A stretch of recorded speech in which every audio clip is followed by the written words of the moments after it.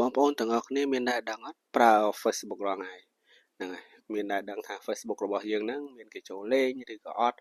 ហ្នឹងហើយបងប្អូនចេះឆែកមើលអត់ហ្នឹងហើយបើសិនជាបងប្អូនអត់ចេះឆែកអាចមើលវីដេអូនេះបានខ្ញុំនឹងបង្រៀនអំពីរបៀបឆែកមើលហ្នឹងហើយឆែកមើលអ្នកដែលអឺសង្ងំលេងFacebook របស់យើងតើ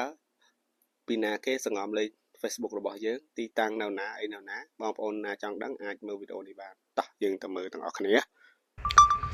ហ្នឹងហើយដំបូងគឺយើងចូលក្នុង Facebook មកនេះគឺជា Facebook របស់ខ្ញុំហ្នឹងហើយយើងចូលក្នុង Facebook ហើយយើងចូល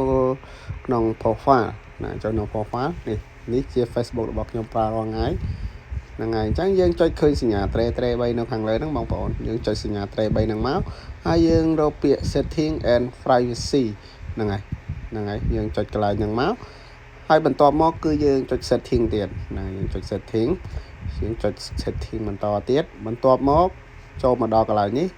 ហ្នឹងហើយយើងយក account counter ហ្នឹងហើយយើងចុចលើ account ហ្នឹងមកបន្ទាប់មកយើងឃើញនេះកន្លែងនេះគឺ password and security អញ្ចឹងបងប្អូនចុចតែត្រង់កន្លែងហ្នឹងមកបន្ទាប់មកទៀតចូលមកដល់ទីកន្លែងនេះគឺយើងយកពាក្យនេះwhere you នេះ login នេះអញ្ចឹងយើងបានឃើញមកនេះឈ្មោះរបស់ខ្ញុំហើយនឹងនេះFacebook ហ្នឹងគឺបាន login ជាមួយ iPhone 13 Pro Max ពួកខ្ញុំប្រើ13 Pro Max អញ្ចឹងណាបងប្អូនចូលមកឃើញហើយគេដាក់នៅទីតាំងនៅកន្លែងណានេះទីតាំងគឺនៅអូសាកាហ្នឹងហើយពួកខ្ញុំនៅអូសាកាJapan ហ្នឹងហើយនៅម៉ោងប៉ុន្មានហ្នឹងគឺមាននៅនឹងទាំងអស់ហ្នឹងហើយបងប្អូន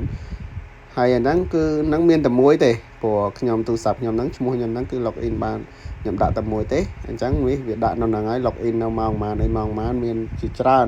ហើយបើសិនជាបងប្អូនចង់លុបនេះបងប្អូនគ្រាន់តែចុចសញ្ញាក្រហមហ្នឹងមកឥឡូវមកចុចនេះគ្រាន់គ្រីសមកហើយយកពាក្យ delete ហ្នឹងហើយយកពាក្យ delete ហ្នឹងគឺយើងលុបចេញហើយហ្នឹងហើយយើងលុបចេញហើយបើសិនជាមានទូរស័ព្ទ